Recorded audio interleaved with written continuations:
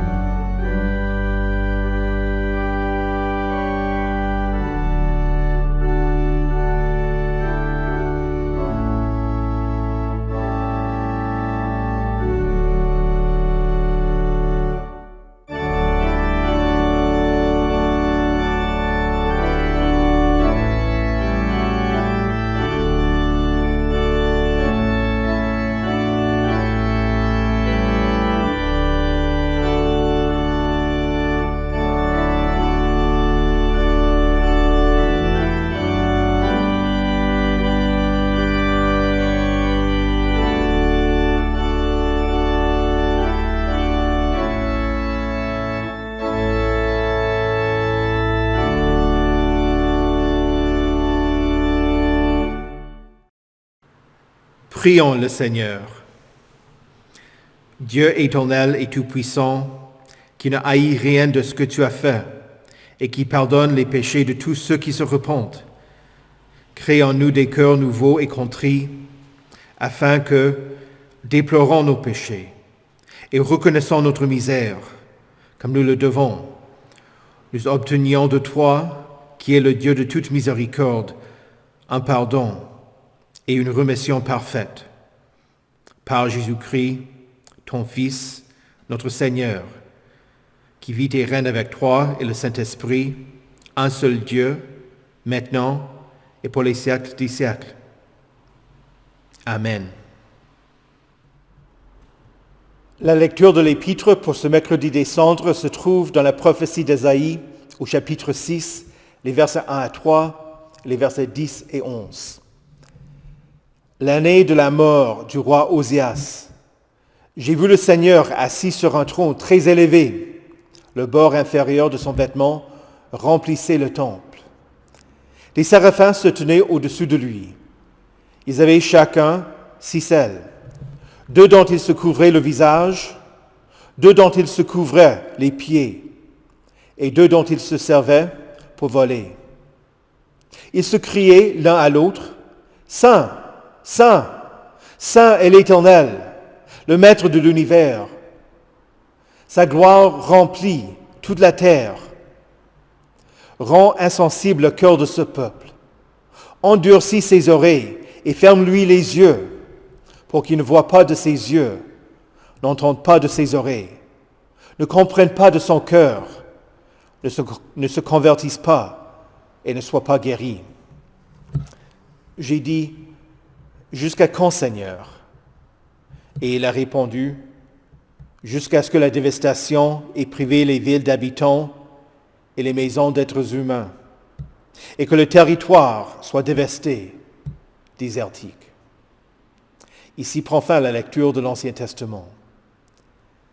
L'épître du jour se trouve dans la première lettre de Saint Paul aux Thessaloniciens, au chapitre 5, les versets 16 à 24. Soyez toujours joyeux. Priez sans cesse. Exprimez votre reconnaissance en toutes circonstances, car c'est la volonté de Dieu pour vous en Jésus-Christ. N'éteignez pas l'esprit. Ne méprisez pas les prophéties, mais examinez tout et retenez ce qui est bon. Abstenez-vous de toute forme de mal. Que le Dieu de la paix vous conduise lui-même à une sainteté totale et que tout votre être, l'esprit, l'âme et le corps, soient conservés irréprochables lors du retour de notre Seigneur Jésus-Christ. Celui qui vous appelle est fidèle. C'est aussi lui qui le fera. Et finalement, écoutez avec attention et recueillement l'Évangile dans l'Évangile selon Jean au chapitre 1, les versets 6 à 8 et les versets 19 à 28. Il y eut un homme envoyé par Dieu. Son nom était Jean. Il vint comme témoin pour rendre témoignage à la lumière, afin que tous croient par lui. Il n'était pas la lumière, mais il vint pour rendre témoignage à la lumière. Voici le témoignage de Jean. Lorsque les Juifs envoyèrent de Jérusalem des prêtres et des Lévites pour lui demander, « Toi, qui es-tu » Il déclara, et sans restriction affirma, « Moi, je ne suis pas le Messie. » Ils lui demandèrent, « Qui es-tu donc? Es-tu Élie » Et il dit, « Je ne le suis pas. » « Es-tu le prophète » Et il répondit, « Non. » Ils lui dirent alors, « Qui es-tu? Nous devons donner une réponse à ceux qui nous ont envoyés. Que dis-tu de toi-même? » « Moi, dit-il, je suis la voix de celui qui crie dans le désert, « Rendez le chemin du Seigneur droit », comme l'a dit le prophète Ésaïe. Ceux qui avaient été envoyés étaient des pharisiens. Ils lui posèrent encore cette question. « Pourquoi donc baptises-tu, si tu n'es pas le Messie, ni Élie, ni le prophète ?» Jean leur répondit, « Moi, je baptise d'eau, mais au milieu de vous se trouve quelqu'un que vous ne connaissez pas. Il vient après moi, mais il m'a précédé. et je ne suis pas digne de détacher la courroie de ses sandales. Cela se passait à Béthanie, de l'autre côté du Jourdain, où Jean baptisait. Ici prend fin la lecture de l'Évangile. Heureux ceux qui écoutent la parole de Dieu et qui la gardent. Confessons notre foi. Je crois en Dieu, le Père Tout-Puissant, Créateur du ciel et de la terre. Je crois en Jésus-Christ, son Fils unique, notre Seigneur, qui a été conçu du Saint-Esprit et qui est né de la Vierge Marie. Il a souffert sous Ponce Pilate, il a été crucifié, il est mort, il a été enseveli, il est descendu aux enfers. Le troisième jour, il est ressuscité des morts, il est monté au ciel, il siège à la droite de Dieu, le Père Tout-Puissant, et il viendra de là pour juger les vivants et les morts. Je crois au Saint-Esprit, la Sainte Église universelle, la communion des saints, la rémission des péchés, la résurrection de la chair et la vie éternelle. Amen. Prions. Reçois favorablement les paroles de ma bouche et les sentiments de mon cœur, ô Éternel, mon rocher et mon libérateur. Amen. Que la grâce de notre Seigneur Jésus-Christ, l'amour de Dieu et la communion du Saint-Esprit soient avec vous tous. Amen. Le mercredi des Cendres est le début d'une saison de recueillement chrétien. Pour les nouveaux convertis, c'est souvent une période de formation catéchétique pour qu'ils soient prêts à être baptisés lors de la fête de la résurrection. Pour les fidèles, c'est un temps de préparation spirituelle durant lequel ils méditent la parole, reconnaissent à quel point ils sont pécheurs, renoncent au mal, luttent contre le péché et mettent leur confiance en Jésus, la source de leur salut. Aujourd'hui, la lecture de la première épître de Saint Paul aux Thessaloniciens, au chapitre 5, servira de texte pour notre méditation. En particulier, je veux attirer votre attention vers les versets 23 et 24. Que le Dieu de la paix vous conduise lui-même à une sainteté totale et que tout votre être, l'esprit, l'âme et le corps, soient conservés irréprochables lors du retour de notre Seigneur Jésus-Christ. Celui qui vous appelle est fidèle. C'est aussi lui qui le fera. Dieu veut que vous soyez saints. Et vous l'êtes. Vous l'êtes parce qu'il déclare que vous êtes saints en Christ, par la foi en celui qui est saint, Jésus. Vous avez été pardonnés. Vous avez été lavés dans l'eau du Saint-Baptême, qui n'est pas seulement un bain externe, mais aussi un baptême du Saint-Esprit. La sainteté n'est ni un but à atteindre au cours de la vie, ni une progression graduelle. Par la grâce de Dieu, c'est votre réalité en tant que chrétien. Mais écoutez attentivement le texte. Et il semble que Paul dise que vous n'êtes pas encore saints parce qu'il demande que Dieu agisse et vous conduise à une sainteté totale. C'est-à-dire que vous n'êtes pas là. Vous pouvez vous poser la question. Si je suis saint par la déclaration de Dieu, comment pourrais-je être conduit à la sainteté totale?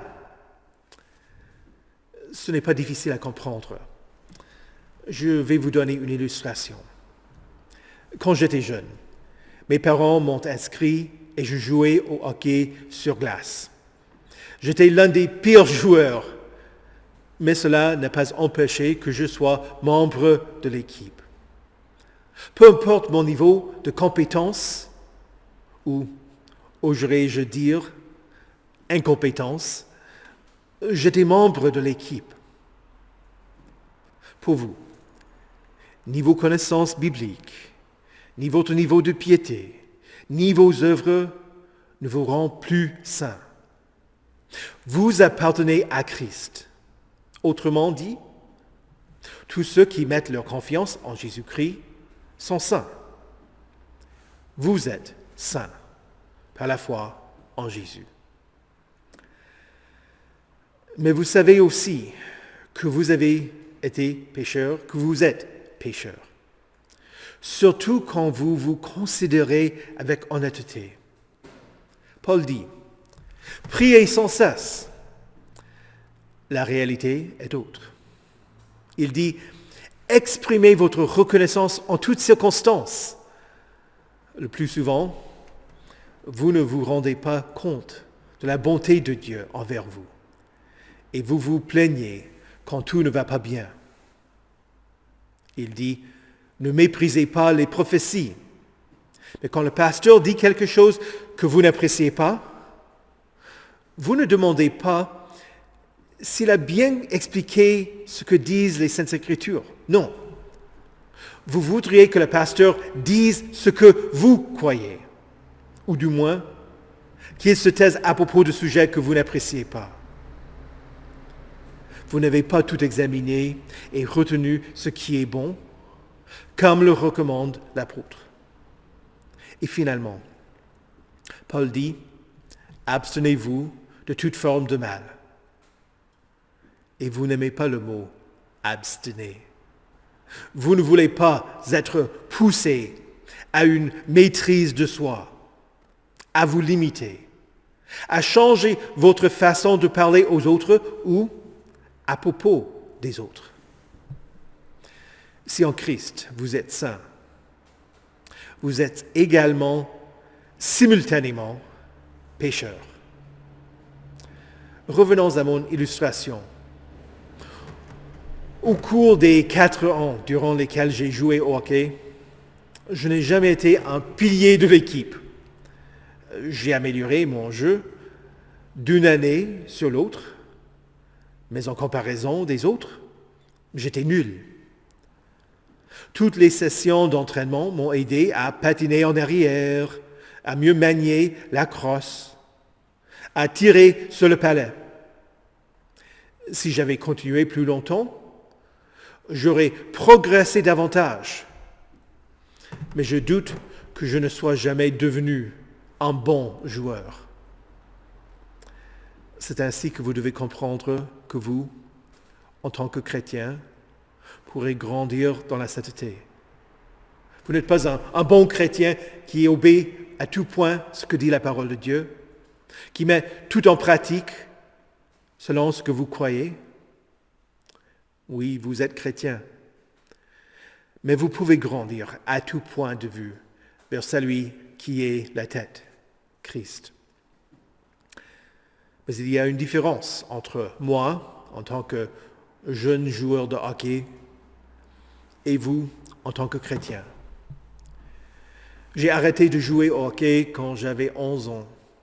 Les buts que je marquais n'étaient pas une preuve de talent, mais de chance. Je patinais trop lentement. Et honnêtement, je ne voulais pas me réveiller pour des sessions d'entraînement à 6 heures du matin, le samedi matin. C'était à mi-chemin d'une année que j'ai essayé de convaincre mes parents de me laisser quitter cette activité. Je ne prenais plus plaisir à être membre de l'équipe. Ils m'ont poussé à finir l'année et je l'ai fait. Mais quand c'était le moment de me réinscrire, j'ai dit non, je ne veux plus. Dans la foi chrétienne, ce n'est pas seulement une question de volonté, parce que la volonté pécheresse tourne toujours le dos à Dieu. Mais Dieu change votre attitude pour que vous vouliez ce qu'il désire. Quand Dieu vous conduit à la sainteté, il vous donne une nouvelle volonté. Il vous fait vouloir renoncer au mal et vivre pour lui.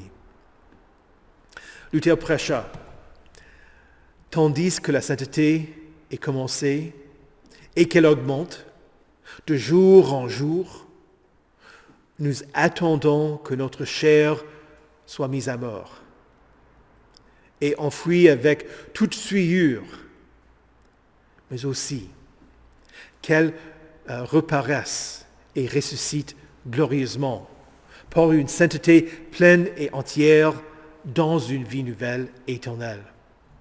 En effet, à présent, nous restons à moitié purs et saints, de telle sorte que le Saint-Esprit besogne sans trêve en nous par la parole et nous distribue quotidiennement le pardon, jusque dans l'autre vie où il n'y aura plus de pardon, mais au contraire, des hommes entièrement purs et saints, pleins de piété et de justice, exempts et affranchis du péché, de la mort et de toute infortune, dans un corps nouveau, immortel et transfiguré.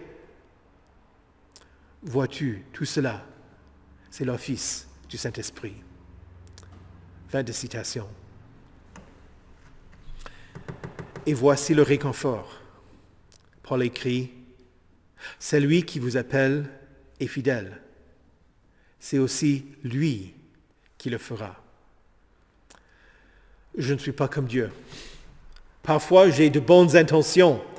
J'ai un projet en tête, mais je ne réussis pas à le faire. Il y a plus d'1 an que j'ai acheté un nouveau robinet pour l'évier. Pas parce qu'il y a un problème avec le robinet actuel, mais pour l'esthétique. Un jour, j'ai essayé de le changer, mais je n'avais pas un outil dont j'avais besoin. Je suis allé chez un paroissien pour voir si je pouvais l'emprunter, mais il ne l'avait pas non plus.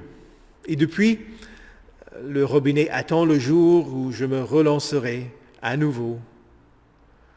Ce n'est pas parce que je suis paresseux, mais je n'ai pas fini ce que j'ai commencé. Quant à votre salut, Paul dit que Dieu n'est pas comme le bricoleur qui abandonne son projet. Le Dieu qui a déclaré que vous êtes saints, il vous renouvelle. Écoutez attentivement ce que Paul écrit. Celui qui vous appelle est fidèle. Il n'a pas écrit « celui qui vous a appelé est fidèle », ni « celui qui vous appellera sera fidèle ». L'appel de Dieu, c'est maintenant. Aujourd'hui, Dieu vous appelle à lui à cause de son amour pour vous. Certes, il a fait au passé et il continuera à vous appeler à lui parce qu'il est fidèle. Mais vous devez entendre la parole de Dieu aujourd'hui. Aujourd'hui, il vous pardonne. Aujourd'hui, il œuvre en vous. Il ne veut pas seulement une partie de vous, mais vous entièrement. C'est pourquoi, quand vous avez un péché qui vous trouble, contre lequel vous luttez, et vous ne réussissez pas à vous en débarrasser, il vous appelle à une sainteté totale. Il veut que vous soyez aujourd'hui ce que vous serez quand Christ reviendra. Le Saint-Esprit continue de vous appeler parce qu'il est fidèle. Il est fidèle même quand vous ne l'êtes pas. Il y a un poème anglais, traduit en français par le nom « Le lévrier du ciel ».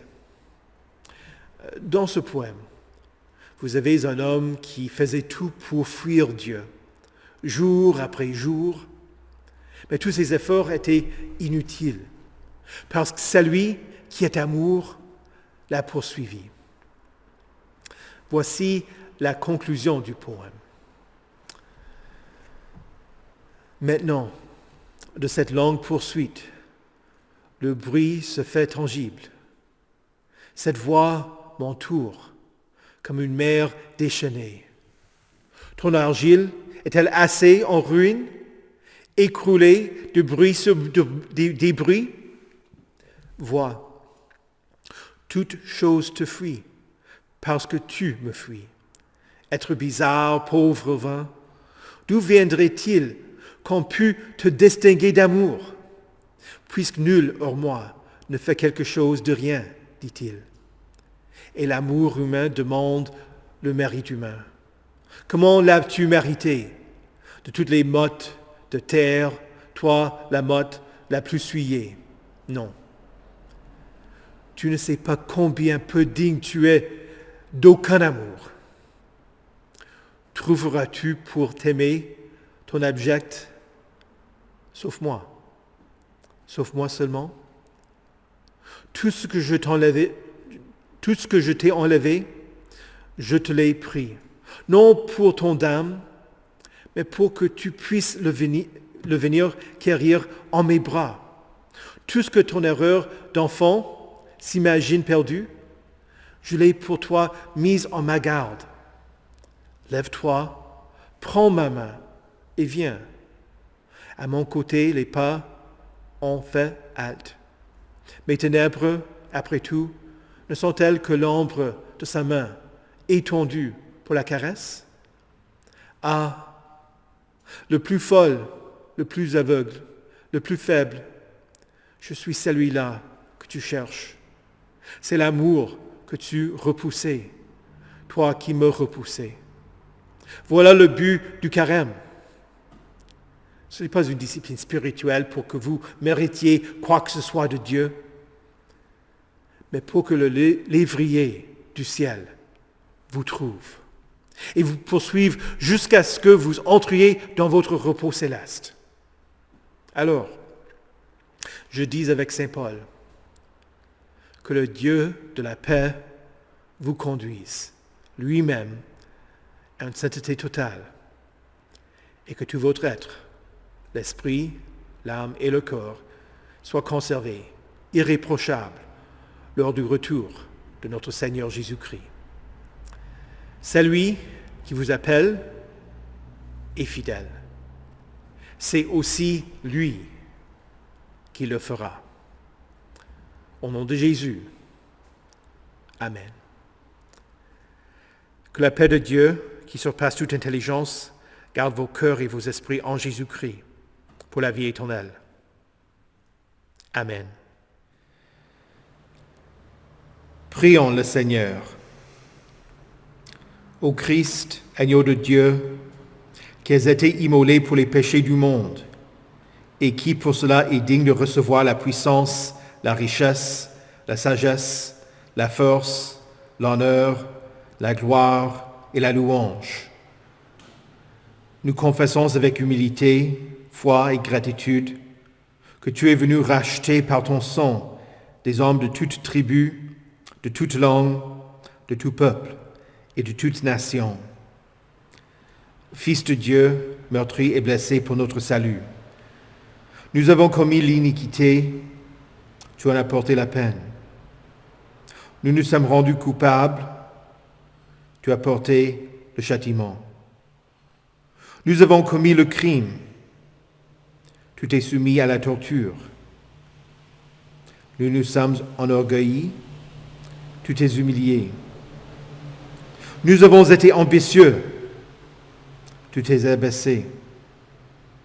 Nous avons vécu dans la désobéissance, tu as obéi en toutes choses pour expier notre insoumission. Nous avons fait ce qui était défendu, tu as enduré la croix.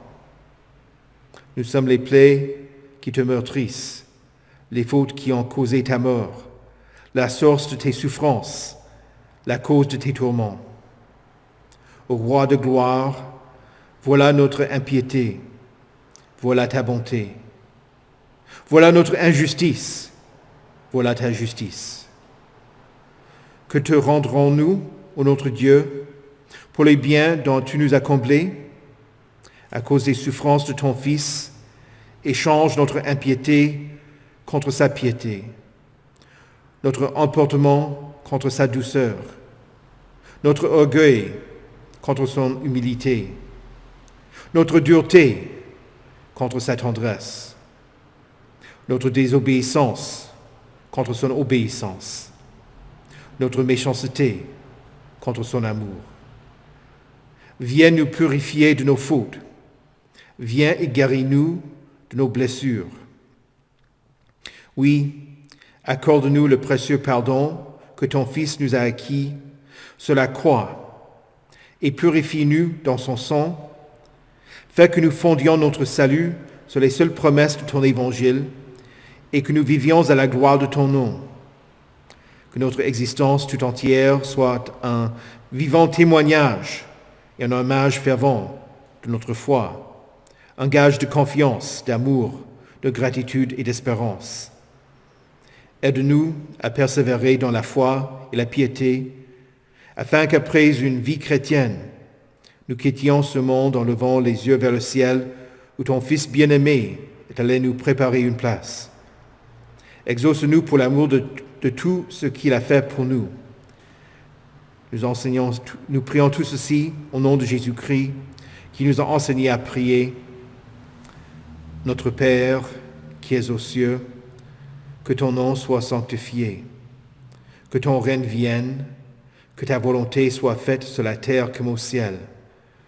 Donne-nous aujourd'hui notre pain de ce jour. Pardonne-nous nos offenses, comme nous pardonnons aussi à ceux qui nous ont offensés. Et ne nous laisse pas entrer en tentation, mais délivre-nous du mal.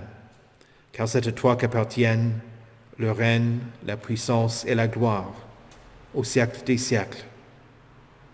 Amen.